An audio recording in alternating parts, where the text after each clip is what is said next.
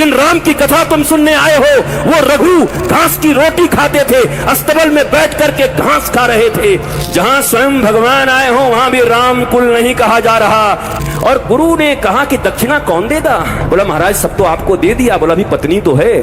तेरे कोई बड़ा अहंकार हो गया है, मैं धर्मराज हूं, सत्यवादी हूं, तू ही बोल जा करके, धर्म की सही परिभाषा तुझे सिखाऊंगा। ये कोई कथाएं नहीं है 7 दिन की, ये 7 दिन तक कथा सुने, शंख बजाए, चूरन खाया, केला खाया और निकल गए।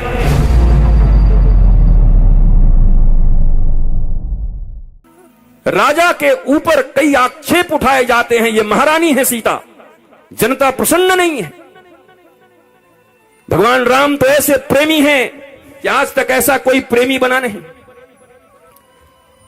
जिन ताजमहल को तुम प्रेम का निशानी मानते हो और कहीं से खड़े होकर के 32 रुपए में एक ताजमहल ऐसे खड़ेर करके आई लव यू आंखें दे दी, ताजमहल, वो ताजमहल जिसको बनाने वाले मजदूरों के हाथ काट दिए गए, जिन्होंने बनाए उनके हाथ काट दिए उसने। वो ताजमहल जिसके बनने के बाद, जिसके लिए बनवाया, उसकी मृत्यु हुई तो उसके बाद भी 10 शादियां कर ली उसने। ये कैसा प्यार है? ये कौन सा प्रेम था? ताजमहल कभी प्रेम की निशानी नहीं हो सकती। अगर इस पूरे दुनिया में प्रेम की कोई निशानी है तो एक ही निशानी है, पैदल निकले हुए भगवान श्री राम। न कोई सेना है, न कोई साथ है, बानर और भालुओं का साथ लेकर के। अरे छोटी मोटी नदी पर पुल बनाने में भी झारखंड की सरकारों को 10 साल लग जाते हैं, लेकिन समुद्र के ऊपर पुल बांध दिया भगवान राम ने बानर और भालुओं के साथ अपनी पत्नी के प्रेम में। अगर कभी प्रेम की कोई निशानी हो सकती है तो राम सेतु हो सकती है। राम सेतु देना प्रेम अगर कभी हो तो छोटा सा राम सेतु लेना। बोला ये लो, कभी संकट में फंस जाओगी तो समुद्र में पुल बना के भी आ जाऊंगा। भगवान राम का यह सेतु लो, ये याद करवाना। ये ताजमहल कब से प्रेम की निशानी हो गई? ये गुलामों की भाषा भारत में सीख ली है। ये रोमिला थापर के इतिहास, ये लिखे हुए इन लोगों के इतिहास, जिन लोगों ने ऐसे इतिहास लिखे हैं कि तुम्हारे वीरों, तुम्हारे सपूतों, तुम्हारे धार्मिक लोगों का कहीं कोई आख्यान नहीं है। आख्यान पता नहीं 1526 में कौन आया, उसका बेटा कौन था, उसका बेटा कौन था, उसका बेटा कौन था। भाड़ में जाओ, उसका बेटा कौन था, हमें क्या मतलब किसका बेटा कौन था। हम पढ़ेंगे तो भगवान राम के विषय में, हम पढ़ेंगे तो छत्रपति शिवाजी के विषय में, हम पढ़ेंगे तो महाराणा प्रताप के विषय में, हम पढ़ेंगे तो महाराज भीलों के विषय में, हम पढ़ेंगे तो झांसी की रानी के विषय में, हम पढ़ेंगे तो सबरी माता के विषय में। हम क्यों पढ़ने जाए कौन कहां से कितने ईस्वी में आया, उसका बेटा कौन, उसका दादा कौन, उसका चाचा कौन। ये सब भगोड़े थे, आक्रांतकारी थे, आक्रमण करने वाले थे। आए इनको मार के भगा दिया गया। अब इनका क्या इतना पढ़ना है इतिहास में? इतिहास पढ़ाओ कि एक सड़क पर चलने वाले बालक जिनकी माता जीजाबाई और गुरु समर्थ श्री रामदास की कृपा से छत्रपति शिवाजी महाराज ने हिंदवी स्वराज का कायम कर दिया, पूरे भारत में एक शानदार मराठा साम्राज्य कायम किया। ऐसे शिवाजी के इतिहास को पढ़ो।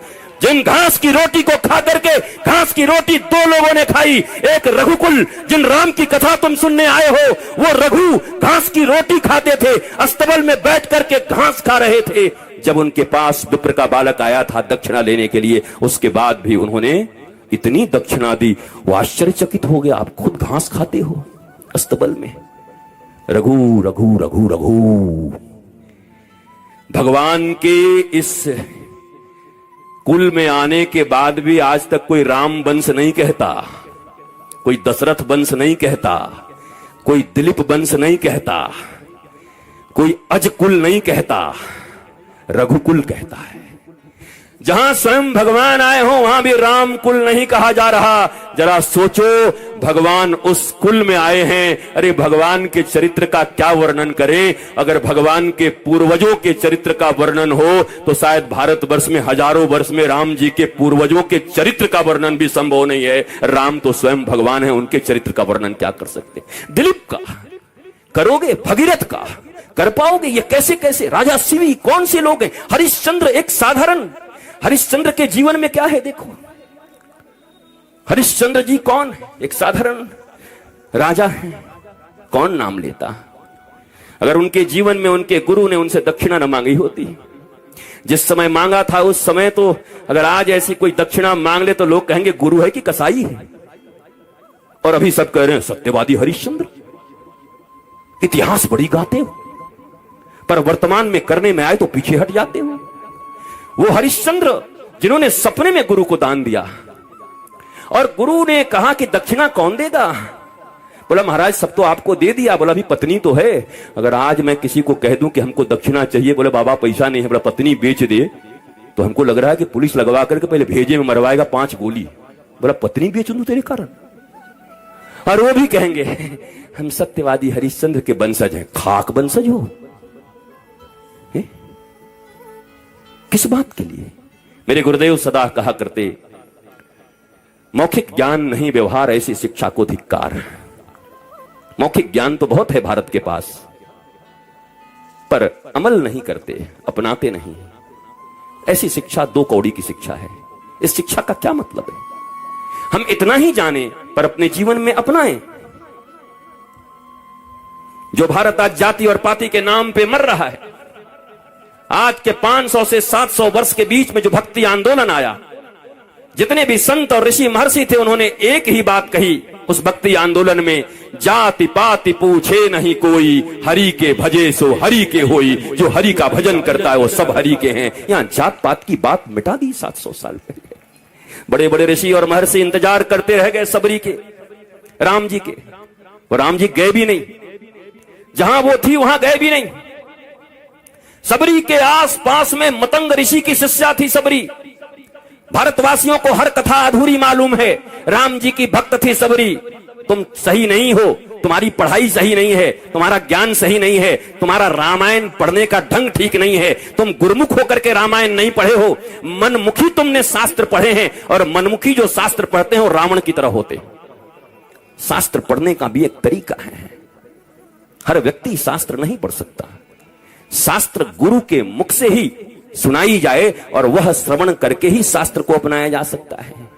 मनमौजी अपना लोगे तो पता नहीं कितने अपराध बन पड़ेंगे तुमसे। ये ठीक ऐसी ही बात है कि किसी का मेडिकल का बहुत बड़ा कारोबार है, मेडिसिन का होलसेलर है वो पूरे झारखंड का, और उसका बेटा बीमार पड़ जाए तो कहे हम 1-2 दवाई थोड़े खाएंगे, हमारे बाप का राज है, और जाए दुकान में और कहे सबसे महंगा महंगा 50 दवाई निकाल तो, और सबको सिल लोढ़ा में ऐसे मिक्सी में मिला करके ऐसे कहे अमीर हैं जी, छोटी मोटी दवाई थोड़ी खाएंगे। तो फिर 4 आदमी कंधे पे ले जाएंगे तुरंत थोड़ी देर के बाद, राम नाम सत्य, सारी अमीरी निकल जाएगी उसी समय।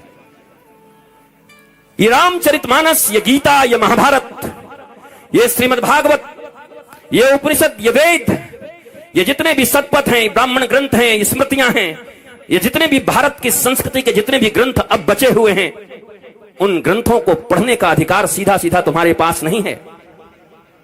उन महापुरुषों के द्वारा तुम्हें सुनने का अधिकार है जिन्होंने कम से कम 12 वर्ष तक अपने गुरु के चरण में रह करके उन वेद इत्यादियों का अध्ययन किया हो, जिनके जीवन में अध्ययन हो, पठन हो, जिनके जीवन में चिंतन हो, मनन हो, निधिध्यासन हो, तब प्रवचन हो। कल जिस कुटीर उद्योग की बात कर रहा था मैं, दुनिया में सबसे बढ़िया धंधा है कथा कहना भी। जिसका बिजनेस न चल रहा हो हमारे साथ चलो, 1 महीने बाद ऐसा लॉन्च करेंगे कि तुम भी कहोगे कि मजा आ गया गुरुजी, तो ऐसा धंधा तो मिला ही नहीं था। जिनके जिनके पास कोई बिजनेस नहीं है, चलो मेरे साथ, भेजो अपने बच्चों को 1.5 महीने के लिए वृंदावन हमारे आश्रम में। ऐसा सुंदर कथा कहने सीख जाएंगे 7 दिन का, और 3 ढाल तंबूरा लेकर के देश में ऐसी कमाई होगी कि 5-7 पीढ़ी तक बाबा जी कहलाओगे, आचार्य जी, आराम से बैठ करके रबड़ी खाते रहना, मौज करते रहना। पर उन कथाओं से भारत में मंगल नहीं हो रहा है। वो कथा और व्यथा बढ़ा रही हैं। वो कथा जो तुम्हारे जीवन की व्यथा को और समाज की व्यथा को हर ले, वो कथा जो तुम्हारे भारत की गुलामी की व्यथा जो अभी भी तुम्हारे ऊपर हावी है उसे हर ले। कहां है वो कथाएं? कहां है वो मीमांसा? कहां है वो धर्म का मर्म? कहां है वो प्रबुद्ध प्रतिबोध से युक्त महापुरुष लोग?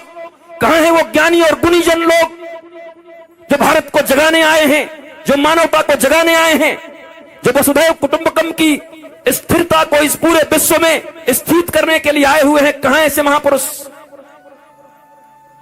लोग पूछते हैं आपने ये प्रोफेशन कब से सुना? ये प्रोफेशन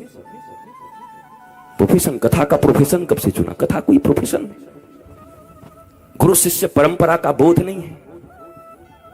वर्षों तक गुरु पढ़ाते थे और जाते समय शिष्य एक लौकी दे के चला जाता था। 12 वर्ष तक पढ़ते थे और इतने बड़ी एक लौकी दे करके गुरुजी को, गुरुजी बड़े प्रसन्न, जाओ जाओ जाओ आनंदित रहो। 12 वर्ष की ये फीस होती थी गुरु के पास। भगवान राम भी पृथ्वी पर आए तो तुम्हारे बच्चों की तरह ट्यूशन नहीं लगवाए गए। तुम्हारे पास तो 2 पैसे हो जाएं तो टीचर को घर पे बुलवा करके नौकरों की तरह व्यवहार करते हो। हालांकि वो टीचर कभी गुरु नहीं हो सकते। गुरु और टीचर में बड़ा अंतर है। ध्यान से सुनो भारतवासियों, द्रोणाचार्य टीचर थे इसलिए मारे गए, गुरु नहीं थे। राज सत्ता से जुड़े हुए थे, धर्म के प्रति आस्था नहीं थी। उन्होंने कहा कि चूंकि मैं हस्तिनापुर की गद्दी से जुड़ा हुआ हूं, इसलिए हस्तिनापुर की गद्दी पर जो बैठेगा उसका सहयोग करना मेरा धर्म है। ये कैसा धर्म है? ये कौन सा धर्म है? कृष्ण एक तरफ खड़े हैं, अन्याय एक तरफ खड़ा है, और आप सिर्फ इसलिए अन्याय दुर्योधन और अंधे धृतराष्ट्र के साथ खड़े हो गए क्योंकि वहां से आपकी सैलरी बन के आती है, इसलिए आप धर्म और भगवान के विरुद्ध भी खड़े हो गए। उसके बाद भी कहते हैं हम गुरु हैं। ये कैसी गुरुता है? इसलिए द्रोणाचार्य को भगवान ने कहा युधिष्ठिर को कि जाके झूठ बोल और मरवा उसको। युधिष्ठिर ने कहा और कोई नहीं मिला था, हम सत्यवादी, हम ही झूठ बोले, दूसरे से बुलवाओ महाराज। बोला नहीं, हम ऐसे ऐसे से बुलवाते। तेरे कोई बड़ा अहंकार हो गया, मैं धर्मराज हूं, सत्यवादी हूं, तू ही बोल जाकर के। धर्म की सही परिभाषा तुझे सिखाऊंगा, नहीं तो केवल बातों का धर्म हो जाएगा कि सच बोलना है। तुम सच बोलो, झूठ बोलो, लाल को नीला बोलो, नीला को पीला बोलो, कोई फर्क नहीं पड़ता। तुम्हारे बोलने से बस धर्म की स्थापना होनी चाहिए। जिस बात से और जिस कर्म से धर्म की स्थापना हो वही सत्य है, बाकी सब मिथ्या है, बाकी सब झूठ है। इसलिए श्री कृष्ण ने डंके की चोट पर कहा जाओ जाकर के बोलो अश्वत्थामा हतो। मारा गया तेरा बेटा, और जैसे ही वो झुकेगा उसको भी टपका देना फिर। और टपका दिया द्रोणाचार्य को, मार दिया द्रोणाचार्य को। भारतीयों को यह समझना चाहिए, भारतवर्ष के विद्वान, भारतवर्ष के विद्यार्थी, मेरे प्यारे बच्चों, तुम्हारे मन में कभी यह भावना क्यों नहीं आती कि आखिर एक तरफ भगवान और एक तरफ गुरु क्यों खड़े हैं? क्यों भगवान गुरु के विरुद्ध खड़े हैं? क्यों द्रोणाचार्य का वध करवा दिया भगवान ने? यह प्रश्न तुम्हारे मन में क्यों नहीं आता? और इन प्रश्नों के उत्तर कथाओं के माध्यम से क्यों नहीं दिए जाते? भारतीय धर्म का विश्लेषण और विवेचना सत्य के आधार पर क्यों नहीं हो रहा? ये कोई कथाएं नहीं है 7 दिन की कि 7 दिन तक कथा सुने, शंख बजाए, चूरन खाया, केला खाया और निकल गए जय जयकार करते हुए। न सत्य है न नारायण है जिंदगी में, पर सत्यनारायण की कथा चल रही है। न जीवन में कभी सत्य अपनाया, न नारायण से मिलने की कोई अभिलाषा है, न अभिप्सा है। उसके बाद भी सत्यनारायण की कथा सुन ली और कहते हैं हमने धार्मिक काम कर दिया। कहां है सत्य तुम्हारे जीवन में? कहां है नारायण तुम्हारे जीवन में? नारायण को पाने के लिए क्या अभिलाषा है तुम्हारे जीवन में?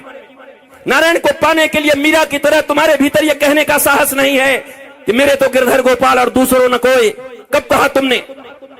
नहीं कह पाते तुम क्या सोचते हो हनुमान जी को और भगवान जी को ठगा जा सकता है?